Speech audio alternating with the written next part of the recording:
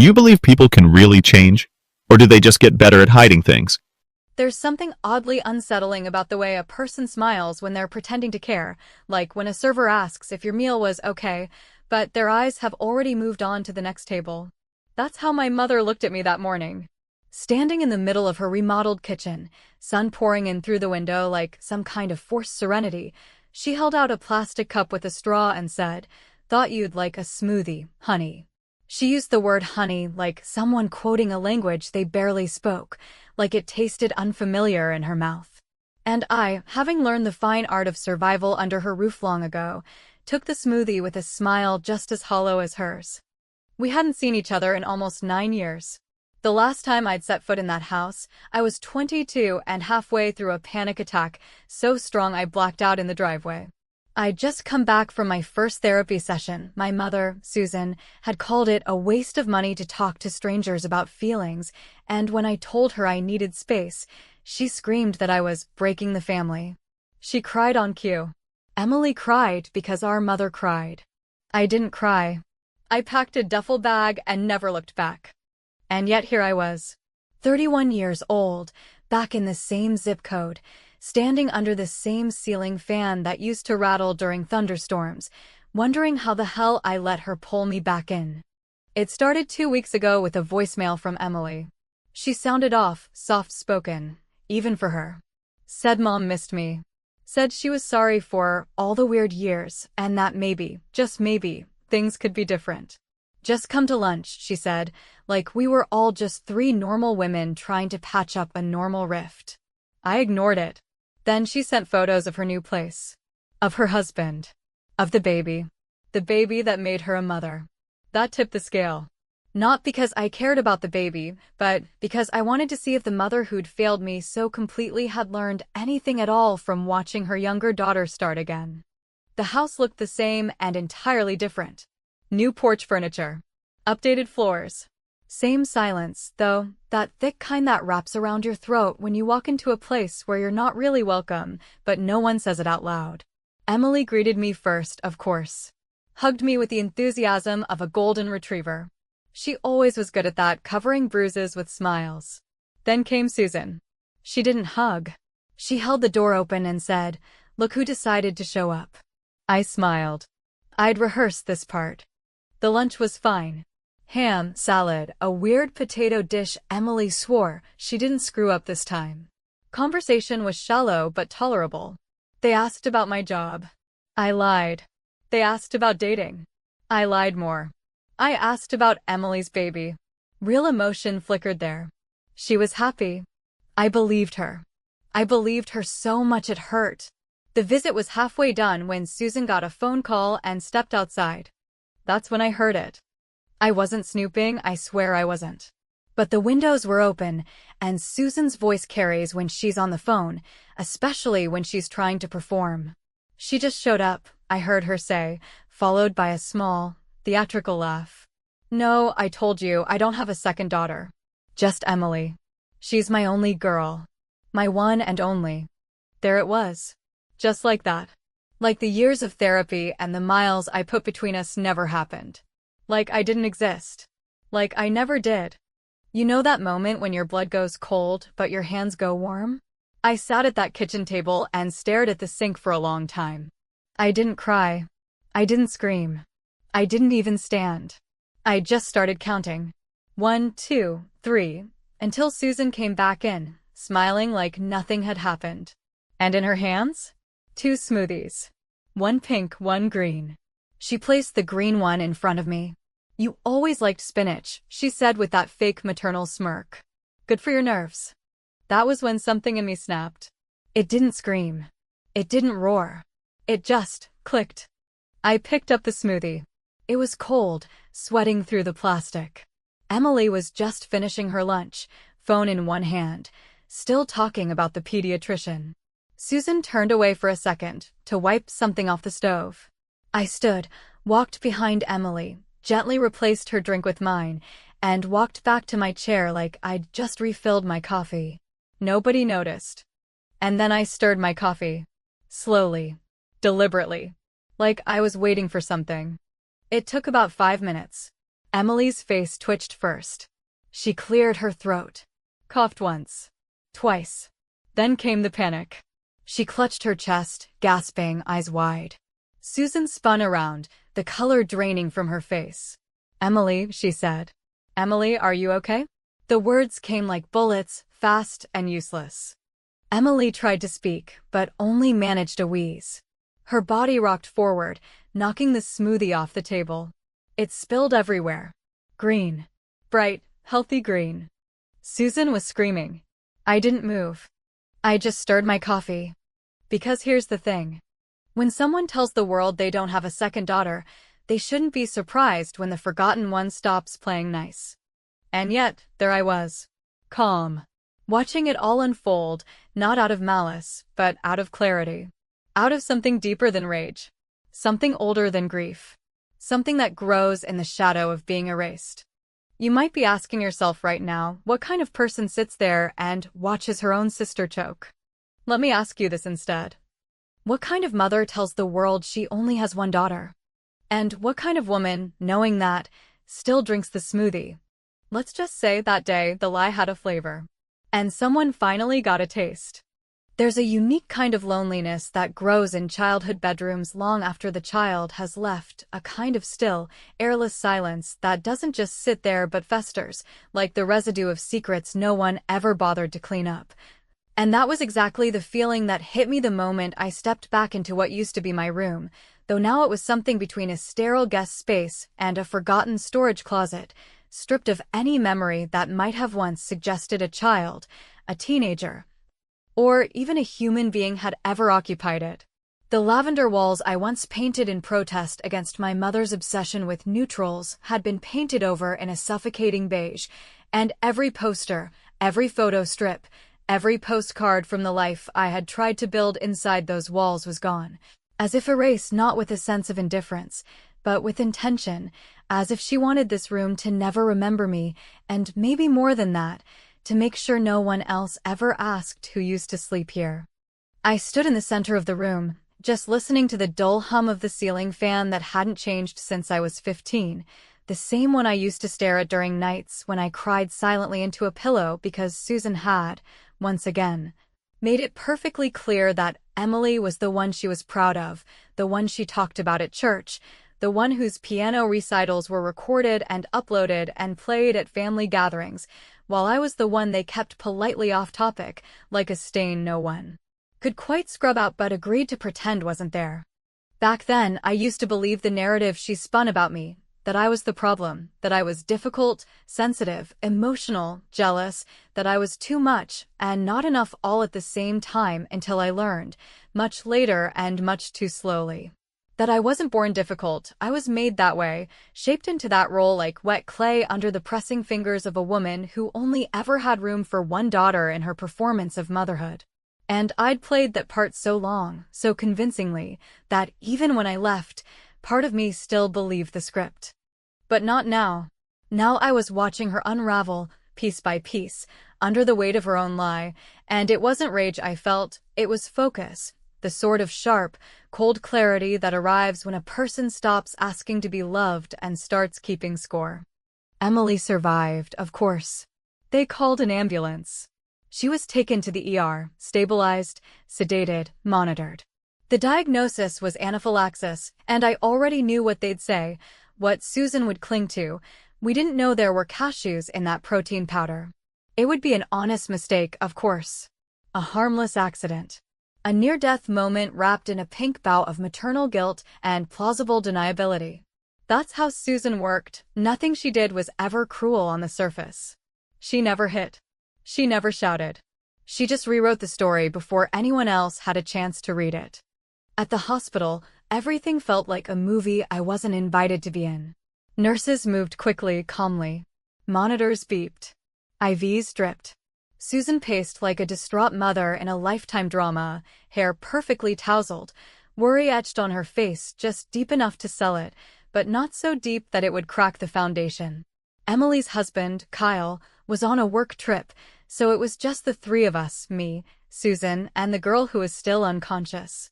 And for all that was happening, all the movement and noise and clinical language, Not one person asked me a single question.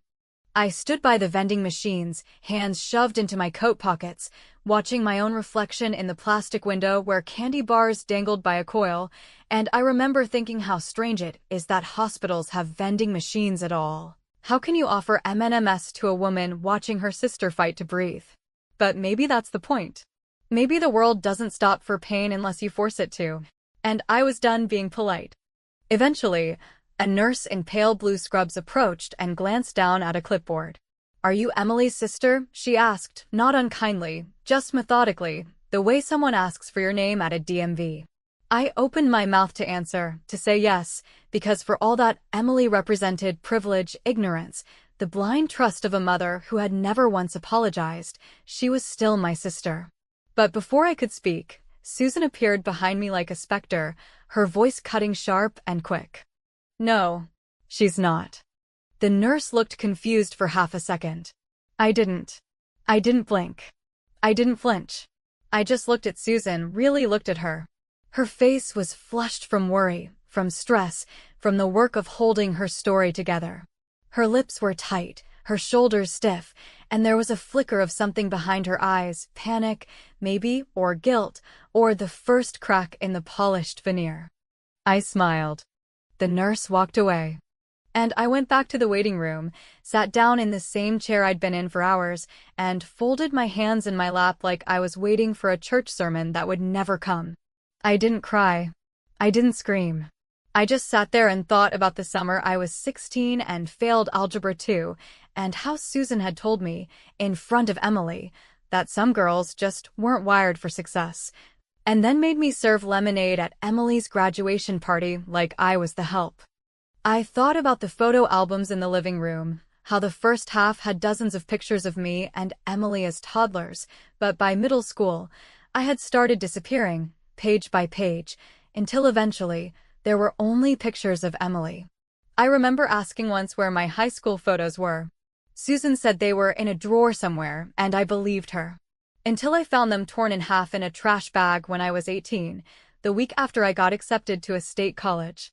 That was the same week Susan told everyone I'd decided not to pursue school. None of it made sense back then. But it did now. The truth wasn't that I was invisible. The truth was that I was deliberately erased. And now, as I sat in that hospital lobby with fluorescent lights humming above me and my sister hooked up to wires behind a door I wasn't allowed to open, I realized something I should have known a long time ago. The only way to survive a family like mine is to stop trying to be part of it. That smoothie? It wasn't poison. Not by my hand, anyway. But the lie? The lie had been growing for years. And this time, someone else finally tasted it. There's a quiet cruelty in returning to a place where every object remembers you, but none of the people do, where the air still carries the faint scent of your past, but no one acknowledges the weight of your presence. And that's exactly what it felt like as I crossed the threshold of my childhood bedroom again, this time not to sleep or escape or cry into a pillow like I used to as a teenager, but to dig, to uncover, to search for the remaining scraps of a story I wasn't supposed to survive. One that had been written without me, edited clean, with my name deleted from the margins and my face carefully cut from the photos that once lined the hallway. The beige walls seemed to pulse with emptiness, and every step across the freshly vacuumed carpet felt like an intrusion, as though I were trespassing on someone else's curated narrative, one where I didn't exist. One where the only daughter that mattered was the one lying sedated in a hospital room with a tube in her arm and our mother, wringing her hands over her bed like the Virgin Mary at a church play. The room was too clean, suspiciously clean, and not in the way a guest room should be, but in the way that suggested someone had gone out of their way to make sure no memory remained, no hint, no proof that a life had ever unfolded here. The desk where I used to scribble journal entries until my knuckles ached was gone, replaced by a small lamp and a decorative vase filled with artificial lilies. The corkboard that once held concert tickets, friendship bracelets, and a faded photo of a boy I never got the courage to kiss had been replaced with a generic canvas print of a mountain lake, peaceful, cold, untouched. It was like walking into a crime scene long after the chalk outlines had been scrubbed away. But houses forget slowly, and closets forget even slower. I opened the narrow closet doors, half expecting nothing more than some extra linens or maybe a dusty vacuum, but there, shoved in the back behind a faded garment bag and a cracked plastic tub of Christmas decorations, was an old cardboard box that I instantly recognized, not because of what was written on it, but because of what wasn't. No label. No date. Just a faint grease smudge on the side and a piece of duct tape that looked like it had been ripped off and reattached more than once. I pulled it out slowly, set it on the bed, and peeled the flaps open with the kind of reverence usually reserved for coffins. Inside were pieces of me. Not the glossy, sanitized versions, the ones you put in frames or share online, but the forgotten, broken, quietly defiant parts. A stack of half-filled notebooks with my name written in various stages of handwriting, some neat, some angry, some barely legible. A hand-painted mug I made for Mother's Day in 3rd grade, the one that said, "I love you even when you yell," which I remember giving to her with shaking hands and too much hope.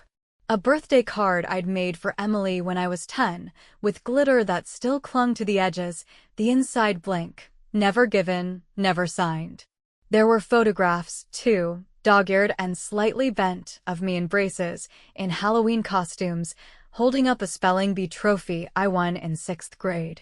And at the very bottom, folded carefully but creased from too many years, was a letter I had written but never sent, one I didn't even remember writing until I saw the first line. "If I disappear, please know it wasn't for attention." Reading it now, with adult eyes, I saw what I hadn't understood back then, that I was trying to leave without dying, trying to explain that being forgotten was not an accident, not a side effect, but the central experience of living under my mother's roof. She didn't forget me because she was overwhelmed or distracted or flawed in some human way. She forgot me because she needed to. Because my presence made her story inconvenient. Because loving me would have meant admitting that not everything she touched turned to gold, and Susan only collected trophies, not truths. That evening, while Emily remained at the hospital under observation, Susan returned home for a shower and a change of clothes, and in the silence of our shared proximity, I decided to poke the sleeping bear. She passed by my room without a word, her eyes sliding over me as if I were a piece of furniture she wasn't ready to move. I waited until she was halfway down the hall, then asked calmly, evenly, as if we were discussing something mundane, whether she remembered the box in the closet. Her footsteps stopped, but she didn't turn around. I pressed on. I told her I'd found my journals. I told her I remembered everything. I told her I knew about the school counselor she'd yelled at for encouraging drama when I confided that I felt unsafe at home. Still, she didn't speak. So I asked the question I'd never dared ask before. Why did you choose her? There was a long pause, the kind of silence that doesn't just hang in the air but clings to it, thick and stubborn. Then she turned, slowly, her face composed, cold, precise.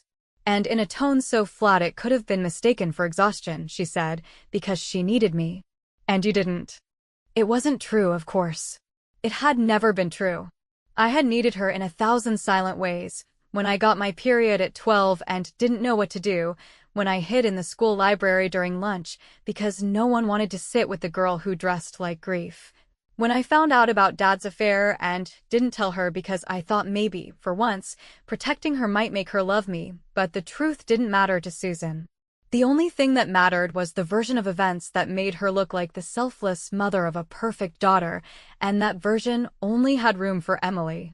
Later that night, unable to sleep and haunted by the bitter aftertaste of her words, I wandered into the kitchen and opened the fridge, half out of habit and half out of a gnawing instinct I couldn't quite name.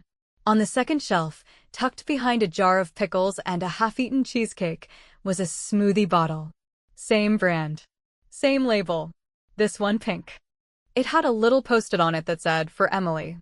I stared at it for a long time, not because I thought it was poisoned, I didn't, but because it reminded me of something I'd forgotten. Sometimes, the most dangerous thing in a house isn't what's added, but what's repeated.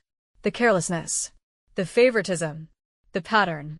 The pink smoothie, just waiting, again, for the girl who could do no wrong. I closed the fridge door slowly, carefully, like I was sealing a vault full of ghosts, and in that moment I realized something I hadn't understood until now. This wasn't a family. It was a game. And I had never known I was playing. But now that I did, I had no intention of losing. It's a strange, hollow kind of ache, the kind that follows you not because something happened, but because too many things didn't, and as I sat at that long, polished dining table in my mother's house once again, the air thick with false reconciliation and the clinking of utensils that pretended to belong to a happy family, I couldn't stop myself from hearing the absence of words louder than anything anyone said out loud. The dinner was supposed to be a quiet, casual meal to celebrate Emily's return from the hospital, an attempt, however fragile, to pretend that the chaos of the last 48 hours had been some kind of unfortunate misunderstanding, a freak accident, a moment of human error rather than the physical manifestation of years of repressed rage, unspoken resentment, and maternal favoritism so sharp it could split bone. Susan had gone all out, as she always did when appearances were at stake: white candles, cloth napkins, a pork roast that smelled like guilt dressed in rosemary and butter, and a fake smile that hung on her face like a mask made too tight. Emily was pale, her voice faint and thin, but she smiled through it, clearly determined to preserve the illusion that everything was okay, that her body hadn't betrayed her, that her mother hadn't nearly killed her with the kind of carelessness that hides beneath too much confidence. She still believed Susan's story about the cashews, believed, or needed to believe, because the alternative was too heavy to carry. Kyle had returned early from his work trip and sat beside her like a loyal Labrador, rubbing her back gently while stealing glances at his phone, probably wondering when it would be appropriate to escape. And Susan, as always, played hostess and matriarch with equal fervor, gliding between courses, refilling glasses, commenting on the weather, and avoiding my eyes as if my gaze were something hot and dangerous, something she might choke on if it touched her too long. And me?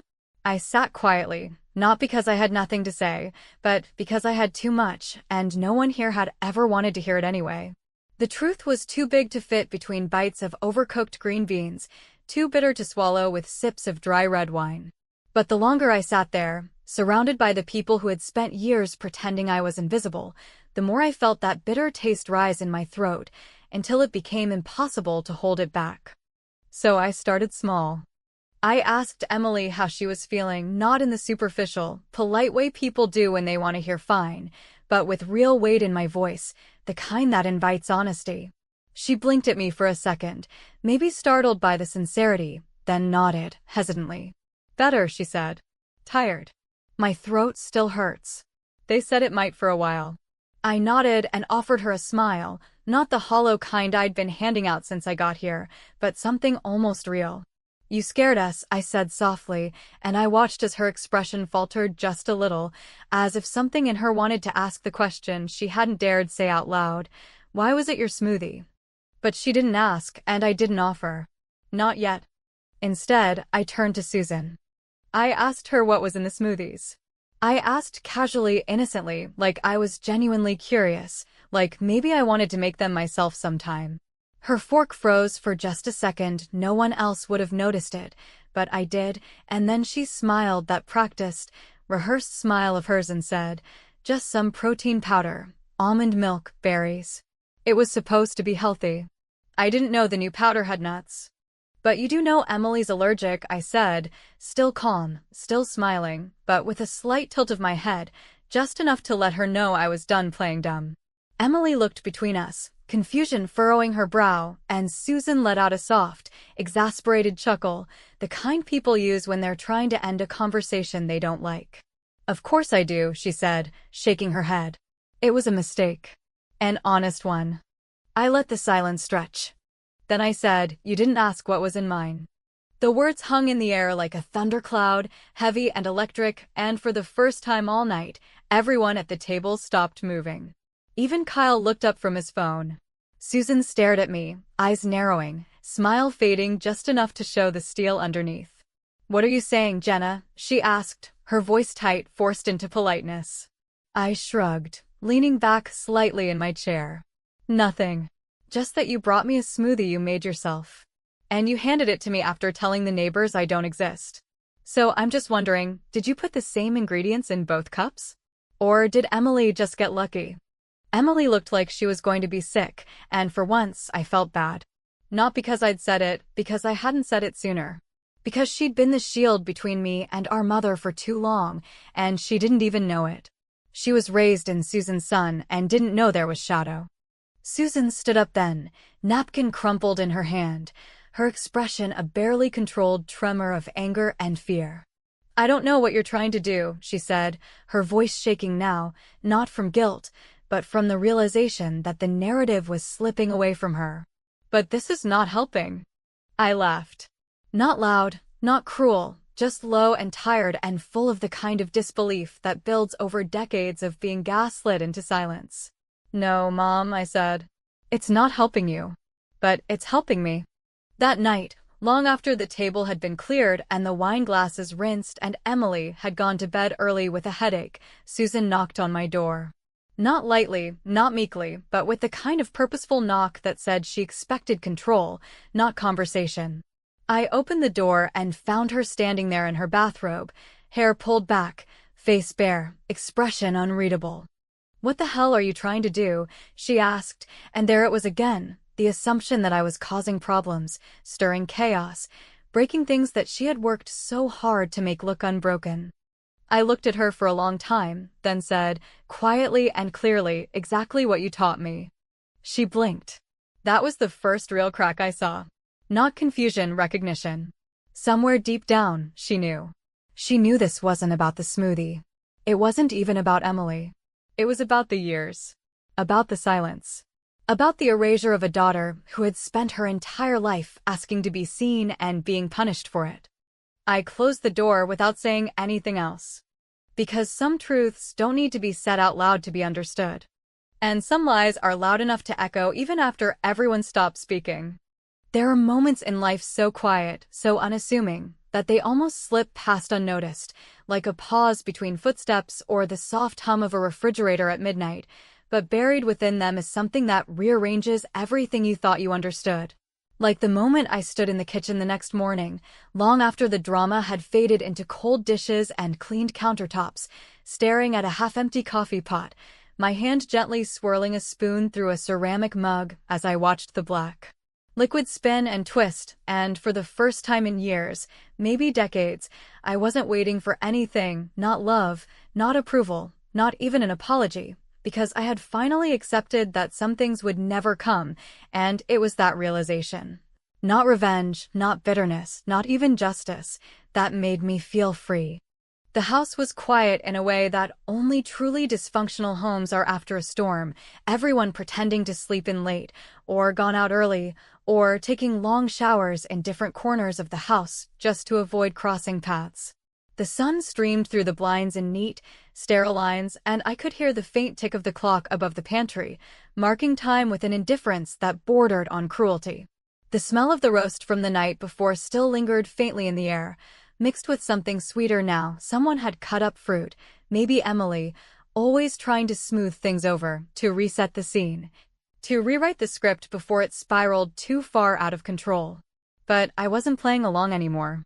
The stage was collapsing, and I wasn't going to be buried underneath it. When Susan walked into the room, she didn't speak at first. She moved like someone unsure whether they were welcome, like a guest in her own kitchen, and it occurred to me how strange it was that this woman, so fierce in her control, so ruthless in her authority over every detail of her kingdom, now stood across from me with hesitation in her eyes and something almost like fear fluttering beneath her skin. She wore the same beige cardigan she had worn every holiday since I was 16, the one with a small stain near the cuff, the one she thought no one noticed. Her hair was pulled back tightly, her eyes tired, and in her hand was a single bottle, a smoothie, pink, already sweating with condensation. She held it out to me like an offering, as though the gesture itself might rewrite everything that had come before. "I thought maybe you'd want breakfast," she said, and though her voice was soft, it was not gentle, it was cautious, as though she had just realized that the animal she'd spent years training to heal might bite after all. I didn't take the bottle. Instead, I looked at it, really looked at it, and then I looked at her, this woman who had spent her entire motherhood sculpting a version of herself that would never be questioned, who had poured so much effort into looking like a good mother that she had forgotten to be one. And for the first time, I didn't feel anger. I didn't feel pain. I felt pity, sharp and unrelenting, because I could see that she had nothing left, not because she had lost something, but because she had built her life on a foundation of performance, and when the applause stopped, she didn't know how to live. "You still think this fixes things?" I asked, my voice low, steady, not cruel but unforgiving. She blinked, and for a brief moment, she looked like she might cry, but no tears came, and that felt right, because Susan didn't cry unless someone was watching, and I wasn't giving her that. "What do you want from me, Jenna?" she whispered, and it wasn't dramatic or rhetorical. It was genuinely bewildered, like a child who had been caught cheating and didn't understand the rules had changed. I didn't answer her. I just turned back to my coffee, stirred it once more, and took a slow, deliberate sip. Because what I wanted from her, recognition, remorse, the truth, was never going to come, and I had finally, painfully learned that the only way to win this war was to stop asking her to fight fair. I packed that afternoon. Not in anger, not in haste, but in quiet, efficient movements that spoke of finality. I folded each shirt carefully, slid my notebooks back into my duffel, took the box from the closet with me, every item inside it a tiny rebellion that had survived the purge of memory she had tried so hard to enforce. Emily didn't say much. She lingered near the doorway, arms crossed, eyes uncertain. She looked smaller than before, or maybe I had grown. Either way, there was something between us now that hadn't been there before, an understanding, maybe, or the beginning of one. "Why did you do it?" she asked suddenly, her voice so quiet I almost missed it. I zipped the bag slowly, straightened up, and met her eyes. "I didn't do anything," I said, and that was the truth, because I hadn't poisoned anything, hadn't switched smoothies out of malice, hadn't orchestrated some dark revenge. I had simply stepped aside.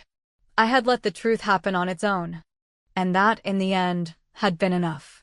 She nodded, but I could see the conflict behind her eyes, the part of her that still wanted to believe our mother was good, that she had just made mistakes, that there was love buried under all that neglect. But I didn't have the heart to crush that belief. Not yet. I walked out of that house like someone who had survived a fire, not unburned, not whole, but alive and carrying the smell of smoke as a reminder of what I'd escaped. And as I reached the bottom step of the porch, suitcase in hand, I turned back one last time. Susan stood in the window, watching, her expression unreadable. I raised my coffee mug, not as a toast, not as a goodbye, but as a quiet acknowledgement of all the things we would never say to each other. "You only ever had one daughter," I whispered to the wind, "and she's never coming back." A week passed. I didn't hear from them. I changed my number. I got a new job. I started breathing in a way I hadn't in years, like each inhale wasn't a negotiation, like I didn't have to make myself smaller to fit in someone else's version of the world. But then, late one night, as I was sitting on my new couch in my new apartment with a movie playing in the background and my phone flipped upside down on the table, I saw the screen light up. Unknown number. One message. "You should have drunk the smoothie." No name. No follow-up. Just that one sentence, coiled like a snake, subtle as poison. And I stared at it for a long time. Because maybe it was a threat. Or maybe it was a confession. And maybe, just maybe, the game wasn't over.